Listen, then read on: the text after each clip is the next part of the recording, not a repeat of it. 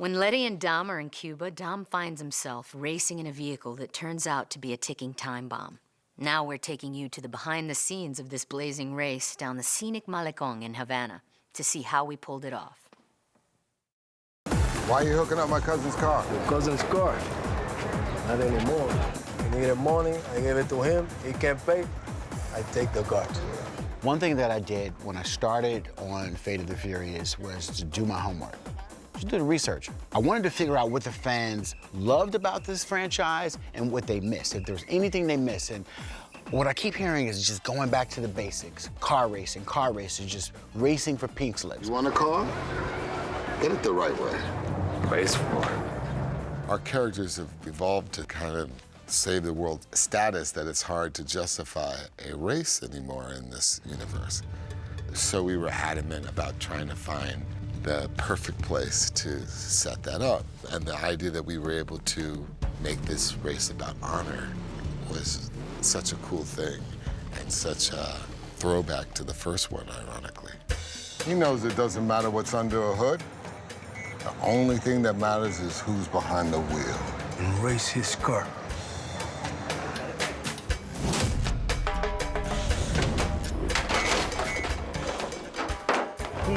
Basically stripped the car of all its heavy parts, left the essentials, and now we're about to start the race.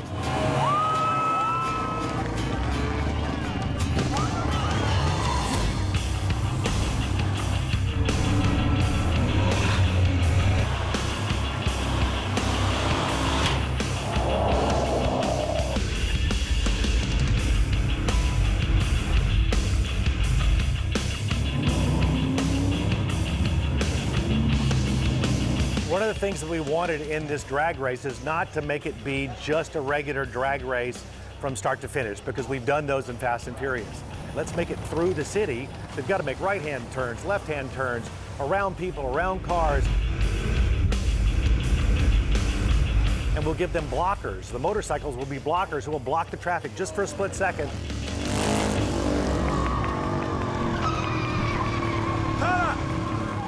So we're getting ahead of these guys, we're blocking traffic and stopping everybody from coming in through the intersection so these guys can just charge as fast as they can. It's been fun. The streets are a little dirty, a little slippery here and there, but you kind of spot your lines and it all works out.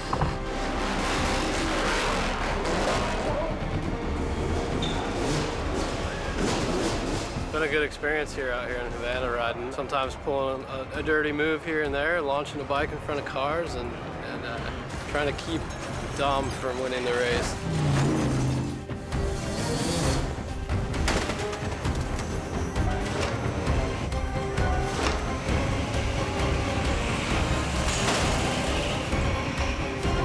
We said, that's not enough. We've got to have something that he has to deal with. Dom has rigged this car to go faster, but at the same time, it's also about to explode. And the harder he drives this car, the more likely it's gonna explode. And it happens right here on the Malecón. The Malecón is the thoroughfare of the city. It's the coastal byway, if you will. It's very much the scenic route. Beautiful, and in a lot of ways, the way people travel from one point of the city to the other. So what we were tasked with doing is finding spots to film a few scenes, and we did that, but we had to decide how will we make shutting down the Malecón possible. And it was a big coordinated effort between the government, the transit authorities, the police department, the firemen. We had meetings after meetings after meetings after meetings. I mean, we're shutting down about a half a mile of the road. That's a lot, because we're not just shooting one part here, we're actually shooting another part further down the road. So at the end of the day, we're really shutting down the whole road. We were probably hitting close to 100 on the Malecón, and Fred was having a hard time in the helicopter keeping up with him.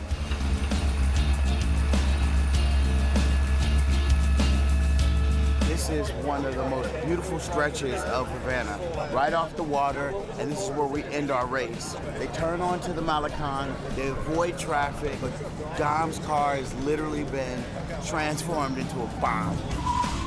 fire almost gives away your speed, because at slow speed you can tell you're not going fast, but when you're moving, it's just blowing back all over the windshield, pulling into the car. I mean, it's the real deal.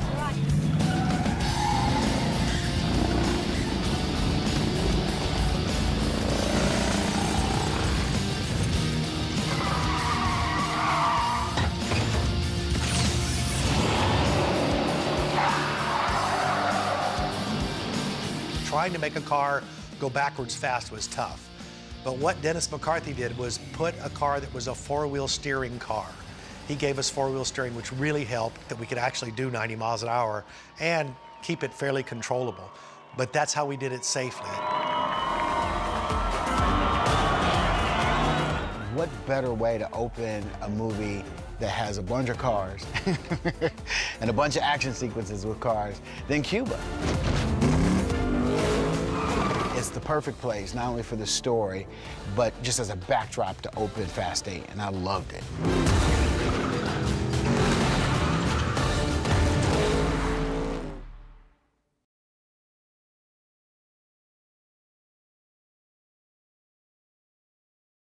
All right, y'all, when we traveled to Iceland for the 8th movie, we stepped into the cold, unfortunately, to capture some of the biggest action scenes in franchise history. Take a look at everything that went into the making of Fast 8's climatic action sequences. Like I said, the biggest one yet. F8. We at it again, sending love from Iceland. Let's go.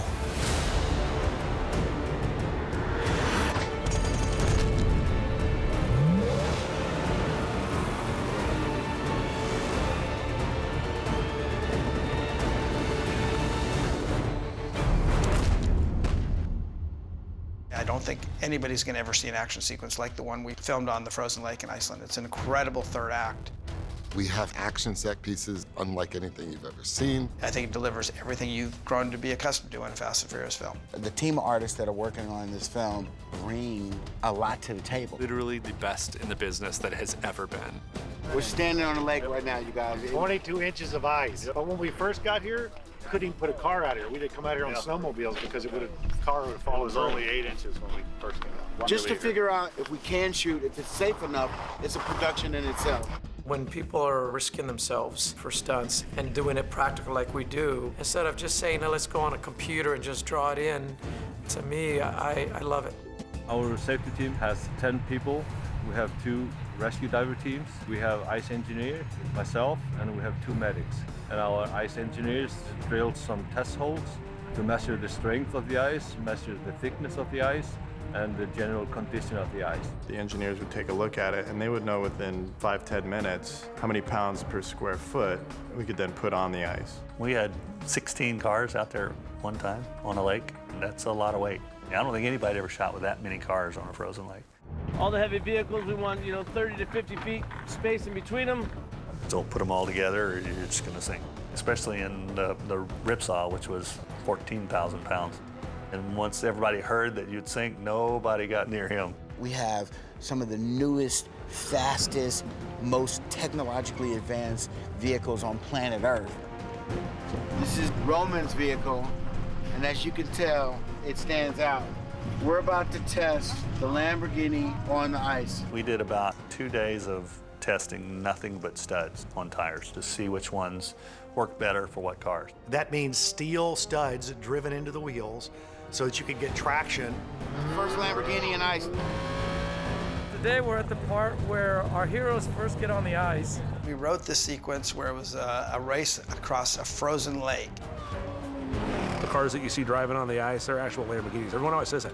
Is that a kid car, But no, they're real Lamborghinis. What happens is there's a rocket is fired. And it goes right behind Roman, hits the ground and opens this big crack up that's following him.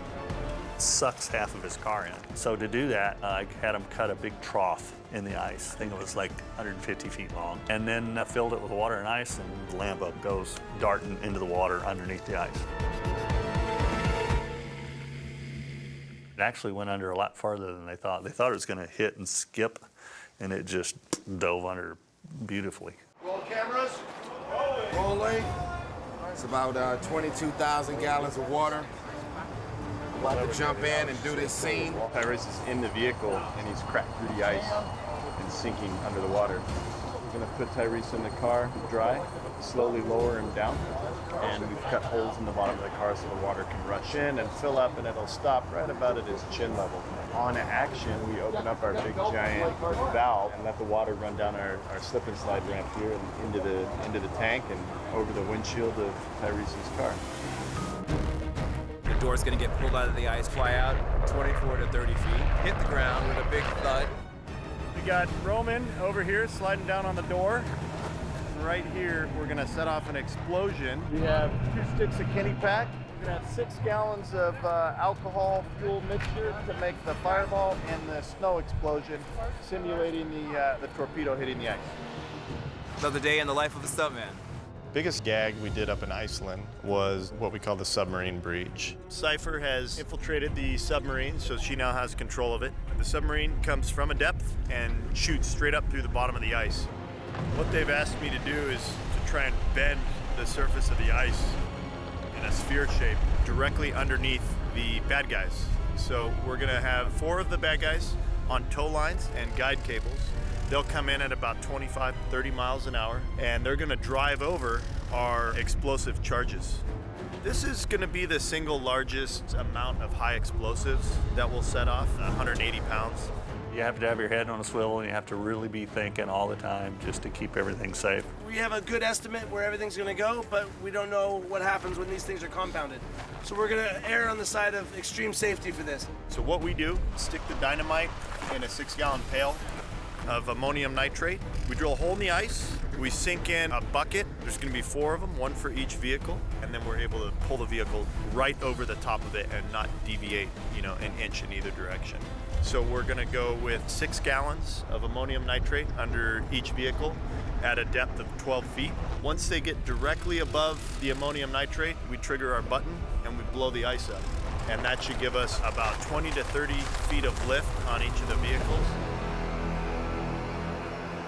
We should have all 4 vehicles flying in the air, flipping, tossing, turning, and about a 200-foot geyser going up into the sky with chunks of ice this big.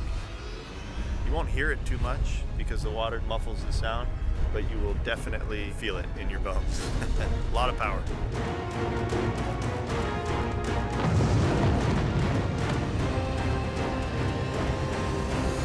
Oh, shit! We're gonna need a bigger truck! Awesome. Nice job, you guys.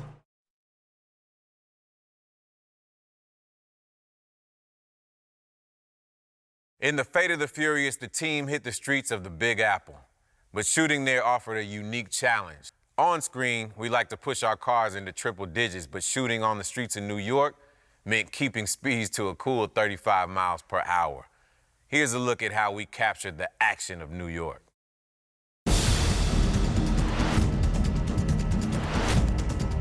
New York in itself, the metropolis, is such a great canvas for streetcar chases, and the action that ensues in New York City is just so hard to beat. Such a great location. When you see our team drive through Times Square, first you think, how'd they do that? Second, you think, damn, they did that. As soon as I heard we have to go shoot in New York, I was like, well, this is special. This is beyond a challenge. New York has got the toughest restrictions. Say you're going to do a car chase in New York City, the New York Police Department, they have seen Fast and Furious movies and they know the destruction that we incur. And so we had to have a lot of discussions about where cameras were going to be placed, exact locations, and what time of day was going to come into play. So it's tough. It's a really tough thing to handle. All right, let's go. The fact that they kind of opened their arms up for us was very good for us. But originally we went in there saying we're not going to be able to do this at all. I mean, who's going to let us race cars through Times Square?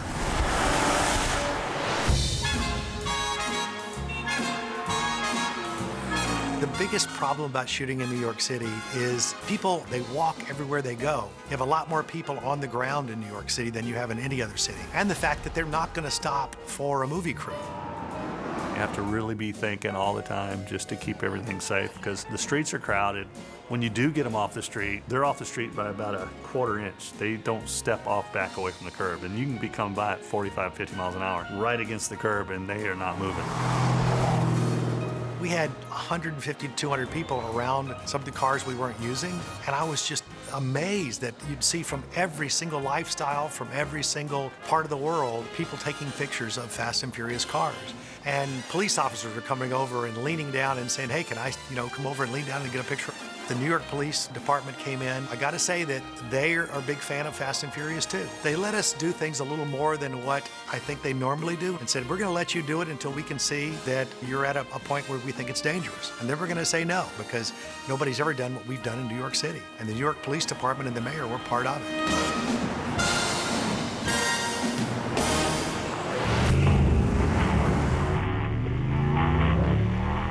Dom's team on the street is so iconic primarily because you don't ever see cars like that going that fast in New York City. We started out with going 5 miles an hour. You go 5 miles an hour, show us your entire run. We're gonna go 10 miles an hour the next time. Then we're gonna go 15. We're gonna keep building it up until you can prove to me that you've got everything in hand. Just at the end. That's when you have to build up the relationship with all of your people that are working on the streets. Police officers were very, very nice, very good to us. They'd let traffic run, and then they'd block it off. And as soon as that traffic got through our certain set of blocks, they would let us go, and then let traffic go right behind us. Well, you have to have all those cars clear, which takes time. And when you have open roads in New York City, guess where all the people go? Hey, there's no cars. Let's go out and have a picnic in the road. So it just gets filled with people just like that. I mean, quickly. And then as soon as they say go, our cars gotta go.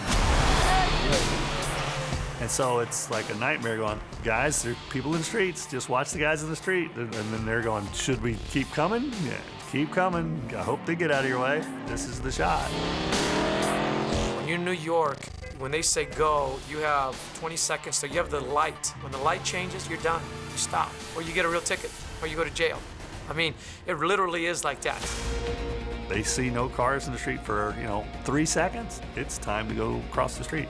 And that's something you have to always watch. Then there's the crazy ones that want to jump out there and stop the movie. We hit every single iconic spot. We shot Times Square, Flatiron Building, the library.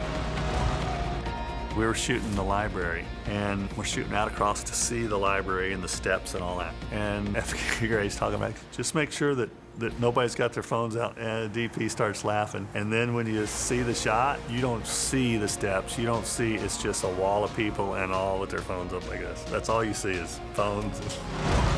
Not his vision, but it works. You can only drive the speed limit like 35 miles an hour. You cannot go faster. If you do, you get arrested. Sometimes they say you can't ever even break traction on a surface. We were able to do that. I mean, it's certain things that I'm glad that they were able to help us, create, an homage to New York. So it is challenging. I wish that they would let us do a little bit more because it is a great place to shoot.